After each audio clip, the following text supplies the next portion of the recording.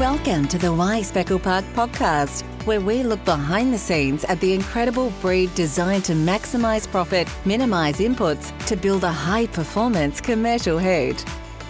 This episode is sponsored by Speckle Park, bred for lasting performance. For first access to sale information, visit jadspecklepark.com.au and subscribe to become a Jad Insider. Dwight Wyatt operates Wyatt Artificial Breeding Services and Meadow Farms Speckle Park together with his wife Noela. They are based at Goolmangar near Lismore in North East New South Wales. Dwight shares the same origin as the Speckle Park breed. He too originates from Canada, but has called Australia home since 1988. Welcome to the podcast, Dwight. Thank you, Amy. Good to be here.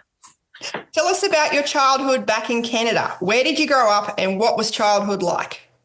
So I was born and raised in Western Manitoba, second youngest of 7 kids. And parents were dairy farmers, and it was very cold in the winter. A lot of hard work during the growing season and a lot of fun during the fall with hunting and fishing and all the stuff that you get up to as a young kid. So, dairy farmers, dairy farming background, and parents had basically had a mixed farm. So a large dairy farm enterprise, and then side issues with beef and pigs and stuff, as most guys would have on the prairies in those days.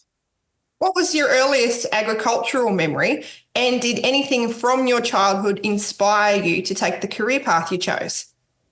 It's a mixed one, that one. I because all kids on dairy farms in Canada basically are learned to work from a very early age.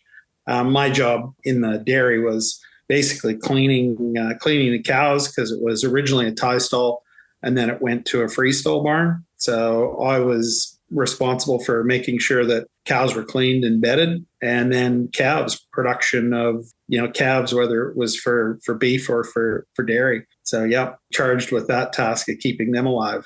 It's somewhere in the middle of all that, got hooked on pigeons of all things, and because my dad had pigeons, and we had the old red barn that you guys see when you're driving around Canada.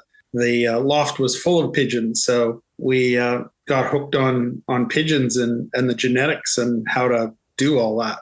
And it was just simply a crossover to dairy cattle. Sort of in my early teens, got hooked on trying to make our cattle better and figuring out how you went about that.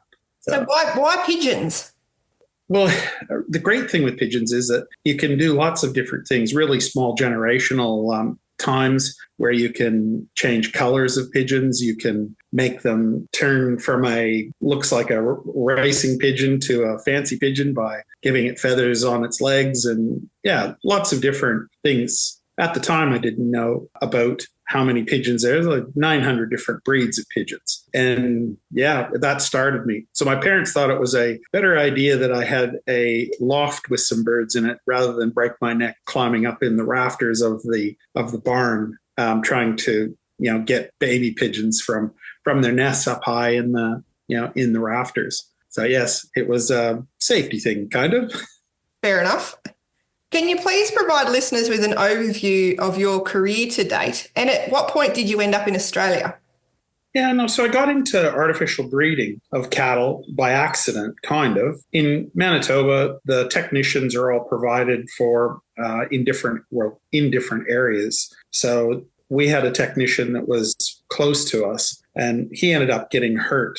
I think broke his pelvis or both of his legs in a car accident. And so I was sort of 13, 14 years old, and Mom asked me if I wanted to learn how to do this. So we went off to be trained. And the University of Manitoba had a course at some different dairy farms. And for a week, I went away and learned how to cows. And then when we came back, basically started taking a lot more notice of bull books and stuff, because the fellow that trained me was also the fellow that was on the truck that delivered the semen and the nitrogen and stuff to the farms. So we ended up getting a tank, and then we ended up getting semen, and then started breeding cows.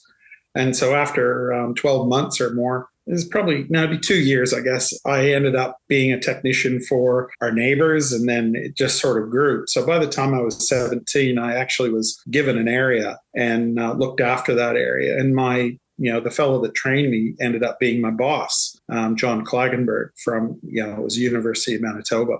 And they had their own semen distribution center, which in some ways ended up being like what we do now, is that they carried semen from every company that was, not just belonging to one company or being run by one company. So the farmers in our area had the choice of all different genetics from all different companies, not just one company.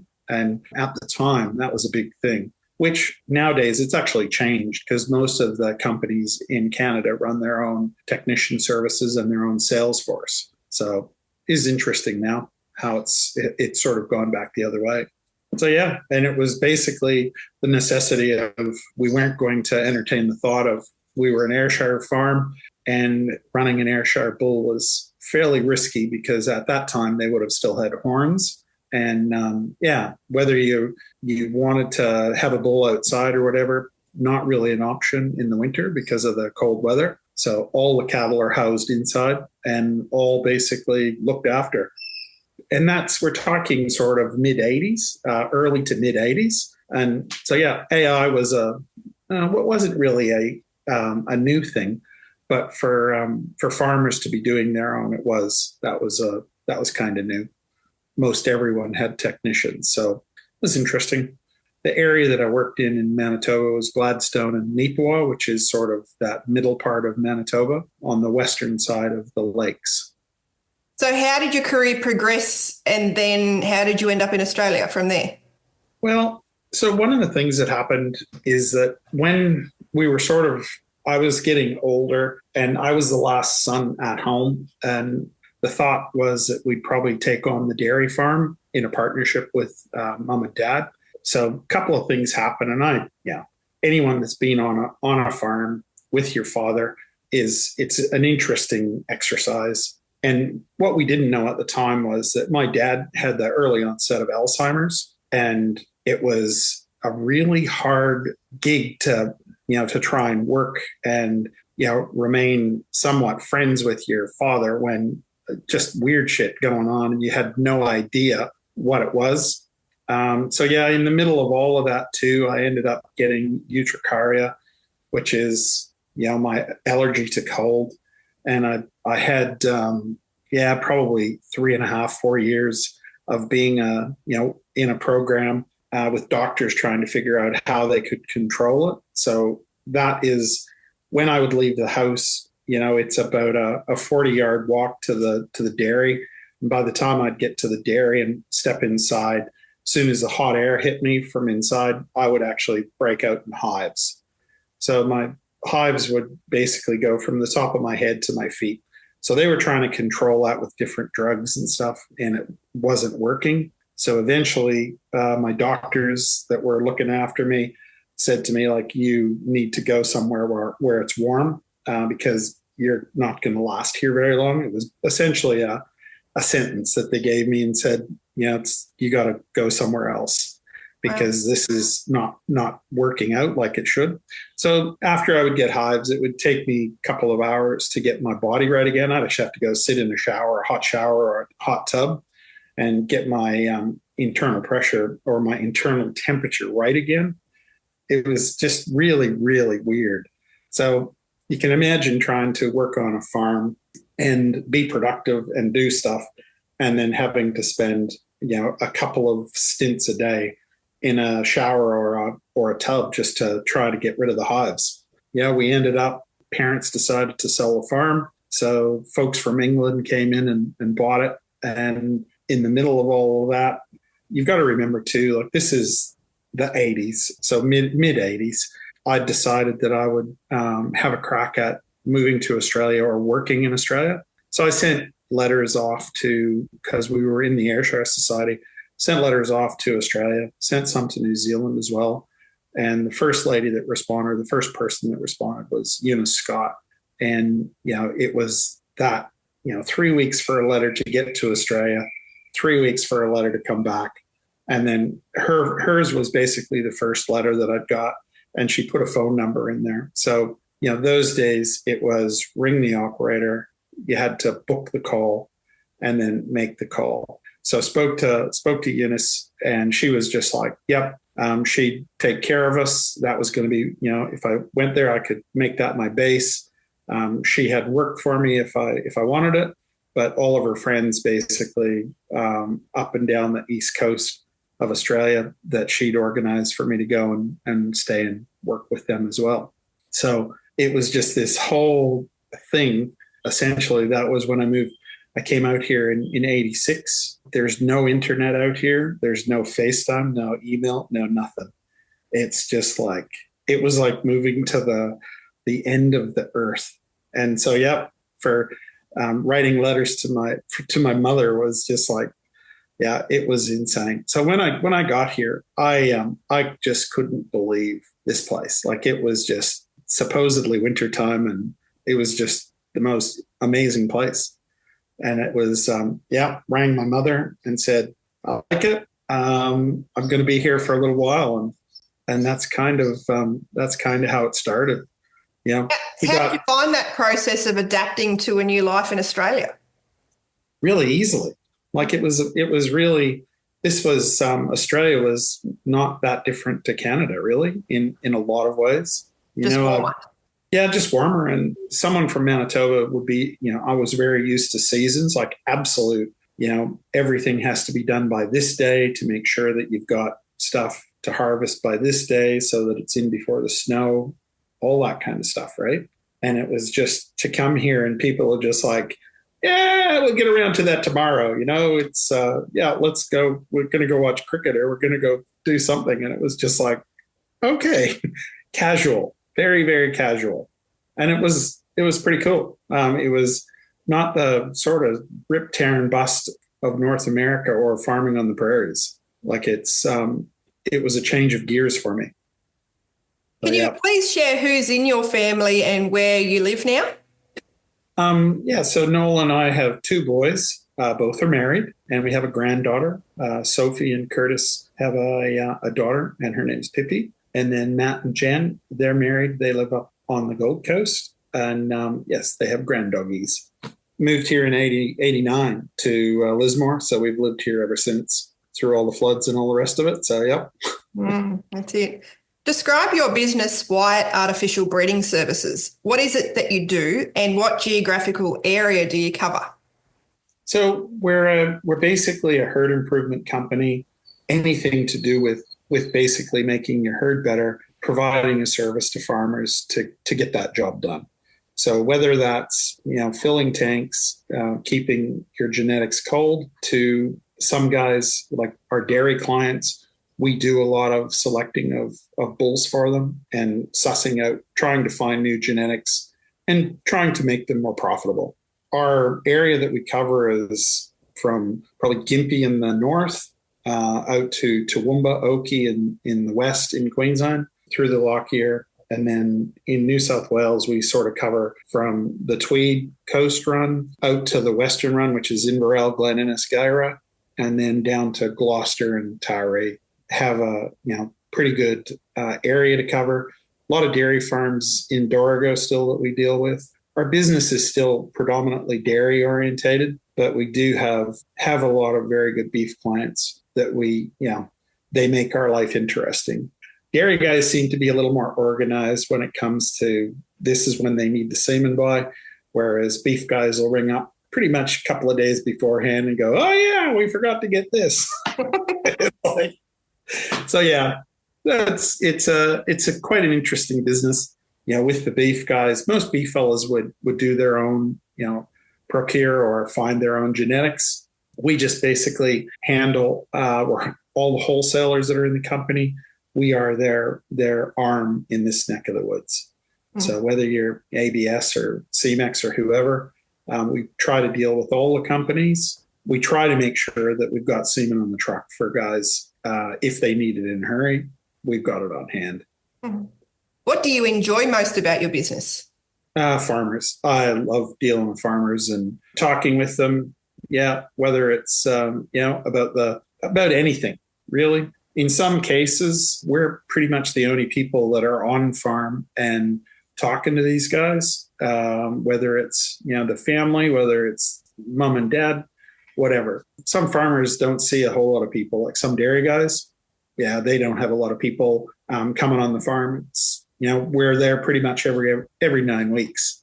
And most of the time, like unless there's a flood or a fire or something like that, most of the time we have we put a tag on the tank, and that'll be the day we turn up. And I can already hear a few guys laughing because there are the odd occasions where we might be a week late because of a fishing trip or some family have turned up and you've gone touring and you haven't turned up when you're supposed to. But as a rule, we turn up when we're supposed to. That's the way. How has business been of late in the artificial breeding space? Our business has really never changed very much because we've been around like doing this. I don't know. It's got to be like 35 or whatever years. And we do have the odd dairy farm that retires and they'll pull up stumps. We have the odd hobby farmer that decides, this isn't his kind of cup of tea or whatever. And they'll pull the pin. But as a rule, our business has been pretty solid for at least 30 years.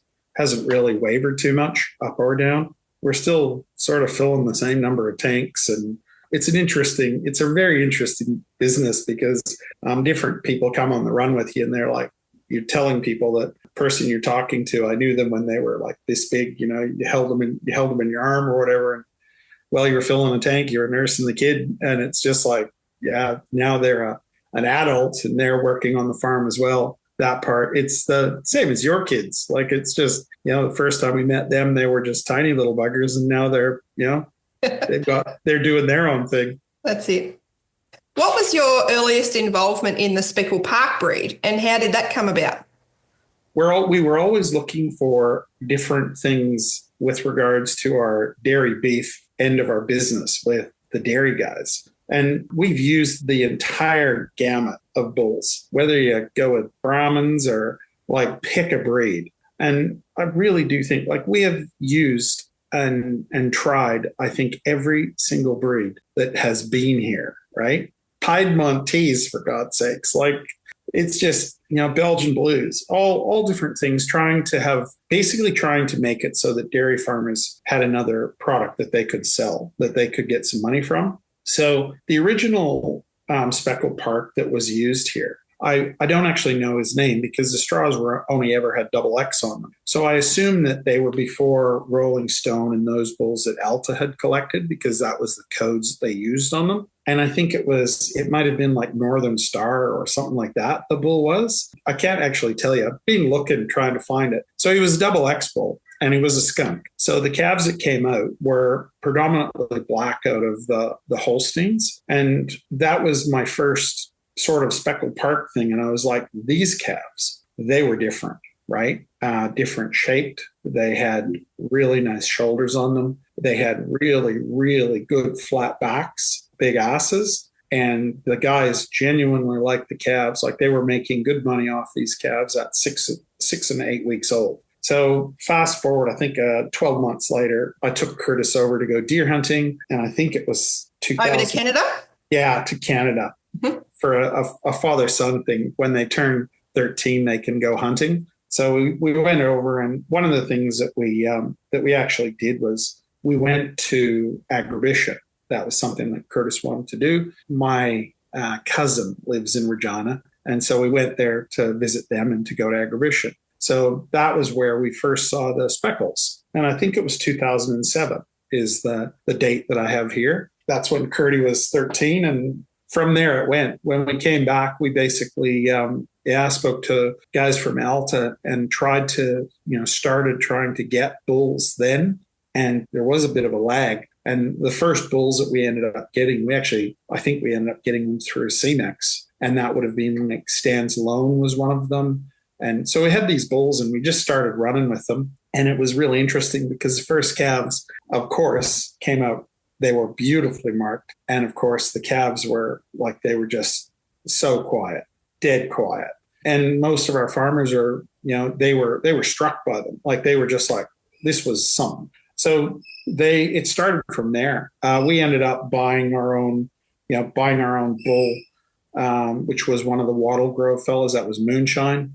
That was the first bull that we had bought. And it was sort of from there we went. We had a group of bulls after that. We bought our own bulls and collected them ourselves because at that time they were not trendy.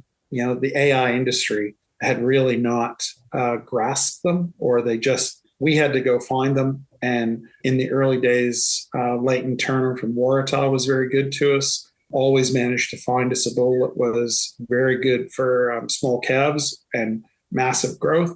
One of the things that we did figure out is that the myostatin thing that the speckles have was really good for putting over dairy cows, unless, of course, the dairy cow may have had a myostatin gene as well, which some of the Holsteins do because of their, some of their early days, they would have been dual purpose. So it was just interesting. It was a thing, and it took off crazily. So, yeah, we had a lot of different bulls that we went through. We've had red ones, as you know, and we've had a couple of your bulls. Like, we've really not had any negative feedback on them, which is unbelievable, considering all the other breeds that we had that we'd used in the past had a lot of negative feedbacks. And it's just, it is interesting. The Speckle Parks are made for being used on dairy cattle. It's just a golden cross. So I'm not sure people actually realise just how popular Speckle Park semen has been in the beef on dairy space. According to the National Herd Improvement Association of Australia, or the NHIA survey data from Semen Company sales, Speckle Park had the second highest amount of semen sold through Australian semen companies in the 2020 financial year, the 2021 financial year. Why has Speckle Park been so popular among dairy farmers? Very good money spinner for them. Whether they're selling the calves on to hobby farmers or people in town, or, we have different fellas that are using them for veal. They're very good for that market. It's just I believe that it's just a golden crossing. They have all of the attributes that you want. And really, the odd time that there's one that may have a temperament problem, it's not that often. Like, it's very, very seldom. And I just think that dairy guys, they want no fuss cattle. Like, they like them. They're born quick. They come out. They hit the deck. They're running. I don't know any dairy guys that have ever said, those calves were really hard doing and, we struggled with them. Whereas there are a lot of other breeds, and you could name them. And it's like, they really struggle keeping those calves alive, just for whatever reason, whether they've got no ticker. But Speckle Parks come out and they do a job, and they do it really, really well. And even when cattle prices are down and everything's gone to shit, the Speckle Park cattle, whether they're crosses, pures, F1s out of dairy, or whether they're F1 out of beef, they still sell reasonably well. Now, I've heard a lot of different guys are saying, they're 40 cents behind a kilo on the black cattle. And I'm going, yeah, that might be. But the actual exercise of getting those animals to that stage of selling them, they have done a lot less work than the ones that are getting 40 cents more, right? People like to compare against the top black price day too, don't they? They do. So it's one of those things where it's only hearsay, and it's only me listening and possibly being somewhat biased to them, yes. But I still think Speckle Parks are mile in front, like they're a mile in front as far as the actual what you have to do to get a calf to a saleable product. I think they're a lot easier doing than some of the other breeds, for sure. What role has the Speckle Park breed played in helping to keep dairy farmers afloat back when they were milking at a loss, for example? Well, most people would know about when the supermarkets had their big push on $1 a liter milk, and a lot of the processors, they're a bit responsible for all this as well. But dairy farmers were doing it really tough, and some of our dairy farmers were Yeah, they were basically on their knees, and all the carry-on over supermarkets underselling each other, trying to get this $1 a liter milk out the door. A lot of farmers had to figure out a different way of keeping their businesses going. And I know for a fact there's a few different farms that were, the only way they were keeping food on the table was selling calves off farm, whether it was for cash, whether it was through the yards. Most of the guys in that time, most of those fellas that were selling calves, they actually had a pretty good market going straight off farm, people driving in wanting to buy those calves. And because the dairy guys genuinely do a pretty good job at getting the calves up to a certain size and a certain weight, guys could come and buy those calves, take them away, and you could change whatever circumstance. If you were taking them home to graze them and put them on a small paddock or whatever and put them on grass, those calves would thrive. And it's I can give you numerous examples of people that were very appreciative to have Speckle Park calves in their pens to sell to keep going. And it's very, very simple. Sounds very dramatic, but the farms to this day still appreciate Speckle Parks. And some of the stuff that goes on with different companies selling different beef breeds, like the dairy to beef with the Angus thing right now, is a prime example where those breeds and those companies have had to go to pretty extraordinary lengths to get farmers to use those bulls instead of using Speckle Park. And that's sort of the way I look at it. I still don't know if anyone turns up at those farms down in Victoria to pick those calves up because they're blessed by one meat processor. But everyone is basically going, we have to buy that semen so that there's a chance that we might be able to sell our calves to those guys. And it's like, I don't think anybody's come to those guys to buy those calves. Like it's kind of a sleight of hand thing in my opinion. Yeah. For the podcast signature question, how would you answer the question, why Speckle Park? I think Speckle Park have got this inherent will to survive. They are a breed of cattle that have the best of a lot of different breeds in them. And I think that they mix with dairy cattle the best of anything for what we're doing and how we want to sort of go forward. We'll probably be selling Speckle Parks till the day we finish up because it's just the farmers love them. How else could you describe to someone that's just getting into a dairy operation? This is, and I say, like, the Speckle Park are they've got great temperament. They thrive. They've got the ability to be sold at a very high cost if you have that market available to you.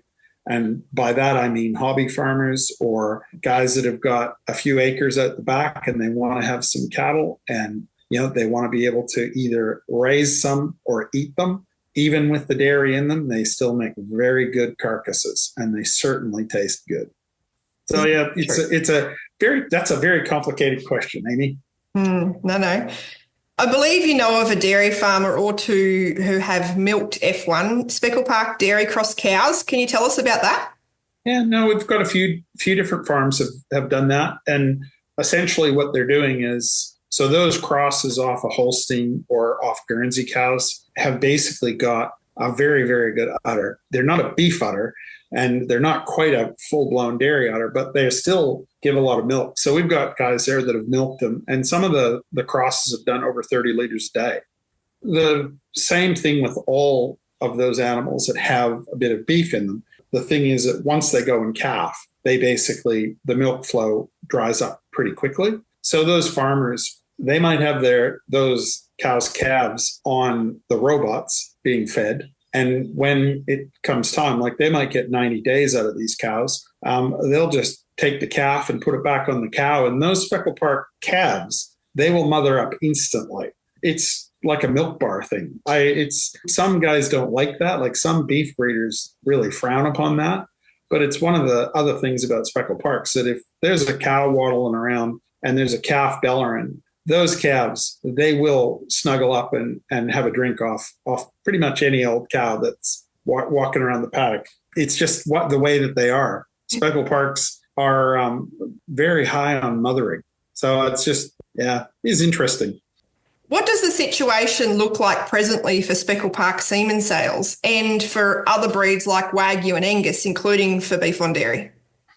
Wagyu one's going to be interesting because I think the Wagyu thing was used with dairy cattle because people wanted to get data out of the carcasses. And because you're doing it with dairy, you could actually get large runs of calves so that your ability to get data back on the carcasses when they were killed, I think that was something that they were looking for. The speckle job right now, I think, is, as far as I'm concerned, it's never really wavered month to month with the amount of semen that we've sold because the people are that's what they're buying. They like the calves. The Angus thing, I think there's a couple of companies have started with the Greenhams, that venture in northern New South Wales. I think another company is going to work with another feedlot with the Angus calves.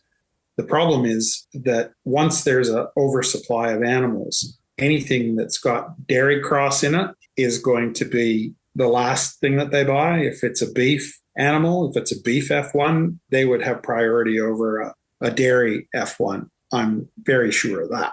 So that's one of the things that started happening already with the Wagyu thing, where it started tailing off. And I think the Angus thing, it'll be interesting to see if the Angus program, beef on dairy, actually does take off. The telltale sign is where they come to pick them up and take them away from you. And if people aren't picking them up, you know what's going on. How did you come to start your stud Meadowview Farms, and what are your breeding objectives? We started the Speckle Park part of it originally.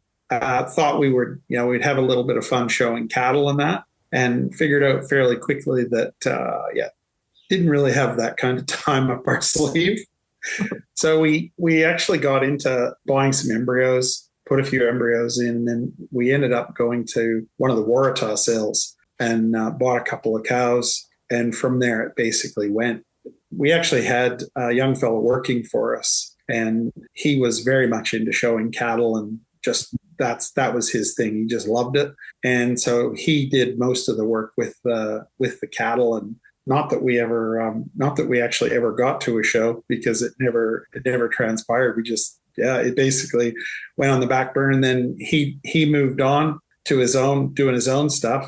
And he comes back every once in a while and gives us a hand with different things on the farm. But the breeding objectives were basically, I was trying to get cows that had a lot of milk under them, because some of the very first cows I saw, I wasn't that impressed with them because of the udder shape and size. And so I always wondered, if we could put more milk into them, as in, instead of going on, at the time we didn't have breed plan figures. We were basically just looking at cows and went out and started picking cows like I would pick dairy cows. So looking at big bodied cows, a lot of capacity, and just a change of bone and stuff on them. And so we ended up, we did get some very, very good females, very good milking females. And of course, we ended up with a couple of bulls that were pretty good for it as well. One of them was Sonar, Riverina Sonar. He ended up doing an exceptional job for us, and for a lot of different people have said, they love the females. So on the sire side of things, what has been the most influential Speckle Park sire used to date in your stud, and why? For us, I would probably say it would be between Moonshine and Sonar.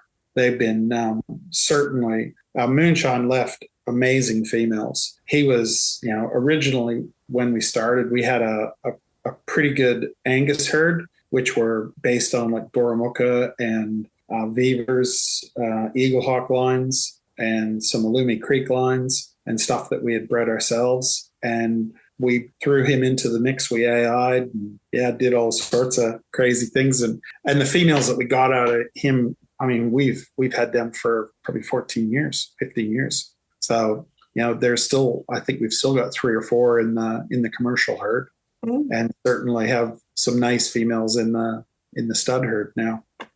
More generally, who do you think has been the most influential sire on the Speckle Park breed? Stands Alone is probably one that comes to mind because we used him here. I wish we could have used Baker, the a Highway 4 bull, because I think he would have been pretty much the perfect bull for us to use here on not just the stud job, but on the commercial animals as well. Would have made some amazing commercial cattle. For those who don't know, that's Highway 4 Speckle Park 2H, known as the Baker Bull. Sorry. You're right. Your animals have enjoyed considerable success in hoof and hook competitions over the years. Can you please explain some of that success and why you find it important to have your cattle involved in these competitions? That's a really tricky question. So originally, we were competing with a lot of other breeds would get their animals into the high school or into the school ag programs. So after the success of what the Speckles had at Calgary and places like that, thought it was it would be a very good exercise to put them up against the rest of the school programs just for that measurement.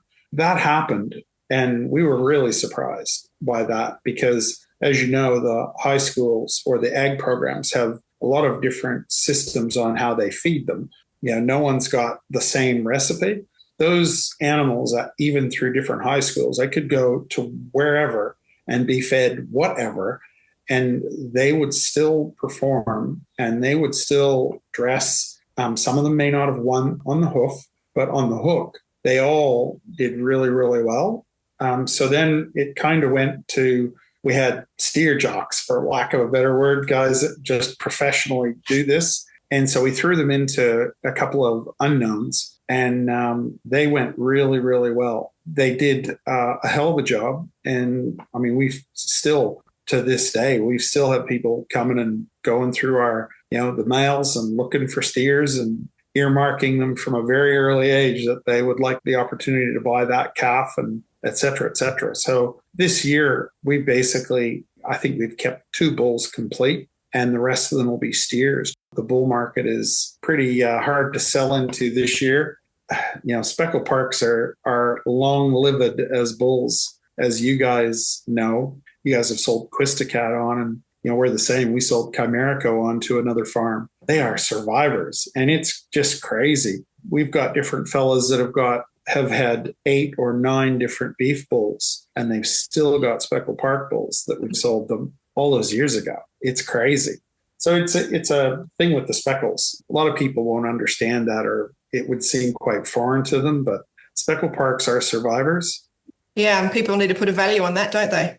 Yeah, and that's the thing. Like, too many guys are giving bulls away, and they're there for a long time. Like they stay for a long time. That's it. Yeah. What should Speckle Park breeders be doing more of or differently to share the breed's story, and especially the commercial relevance of the breed?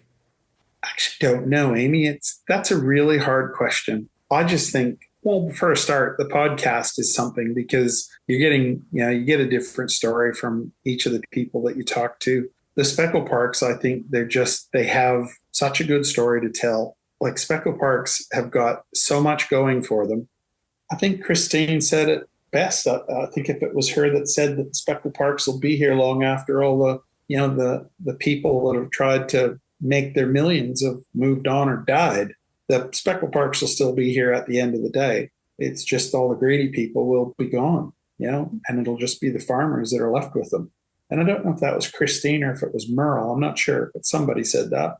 Yeah, and I do believe that. Speckle Parks are here. Like, they're not going anywhere now. And it's up to the people that have them to find where their niche is in the grand scheme of beef marketing or whatever, and figure it out, and don't be greedy. Yeah. Oof, that sounds deep. Where do you see the beef industry in 10 years' time, talking about deep, and what should we do now as an industry to either propel us towards that end point or change course? The beef job is going to get real tricky. I think just the fact that agriculture has decided to try to, wade into the pool of whether it's carbon farming or, that end of the spectrum, we've decided to go and be a part of that as opposed to run away from it. Now, once you become a part of it, then you as an industry have to answer all sorts of questions, like how many days are our cattle, the cattle on feed? What formula are you going to use to make Wagyu cattle, which are a $2 billion a year industry? How are you going to massage those numbers to make it look like they are a premium product that's not, if we're talking about killing the planet, not killing the planet? How are you going to portray that? How are you going to spin that to people? And then you're going to spin them that my Speckle Parks only have to stay 82 days on feed to hit MSA grade, and they're out of there even 35 days or 45 days before an Angus steer. How can you have that conversation and not scratch your head going like, so how does that work? So the beef industry is going to be really in a bit of a pickle because they're going to have a couple of different stories, I think, to sell to people. And the Wagyu one is going to be the first one. And then pick a breed, pick any other breed. How are you going to portray a Hereford any different to a Wagyu, to a Speckle Park, that sort of stuff? It does present as an opportunity for Speckle Park, though, doesn't it? Yeah, but see, this is the other thing I think too, Amy, is that if Speckle Park go out of their way to jump on that, then you might wear the wrath of the processors and the feedlots and the Wagyu people. You're in a catch-22, basically, where you need to promote the good stuff about your breed without hammering the shit out of the other breeds. Sure. And I don't know how you can do that without running afoul of big money, right? What's the biggest challenge you're facing in your career right now, and how are you tackling it? We're running out of time. We're getting older. I turned 60 this year, and basically still doing 12,000 K every 10 weeks. Yeah, running out of puff. I love dealing with farmers, and you get them on their good days, you get them on their bad days, whatever. Farmers are the same the world over, and that's probably one of the things that I come back and Noela says, "Oh, who'd you see today?" It's like this person, that person, and that person, and then you have to tell Noela all the different stories. Oh, this happened here, and that's happened there, and it's just like, it's I don't know. Should have been writing a book, Amy. Should have been writing a book. It'd be a great book. Oh, I'll tell you. Who has been your most important professional mentor? I would probably have to say Eunice Scott. Yeah. Your key to Australia. Yeah, just one of the most amazing people that I had ever met. It's just like, it didn't matter if it was a bad day or a good day. She always greeted you the same, and she always gave you a spray and just come over here and give me a hand. And whether you're milking cows or pulling a calf or whatever, she never changed. What's one piece of advice you would give someone either starting a cattle stud or a commercial producer starting a cattle enterprise in their business?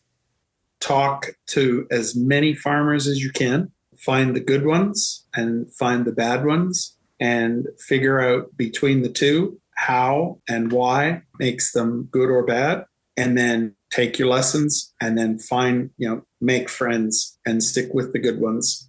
There's so many different operations out there, and I think it's one of those things where we never did that enough when we started. We basically we went and found cattle that we liked, but we never figured out that, the farm that we got has a lot of shortfalls, as you know. And it's just like, we change a few things there. Sure. That's for sure. Not on a floodplain. Well, thank you very much for joining us on the podcast, Dwight. It's been a lot of fun. I think it's fascinating that we actually met in either, I can't remember if it was 2006 or 2007 at a Burramuka Angus sale, so before Speckle Park were even in Australia. All these years later, here we are, friends and colleagues in Speckle Park.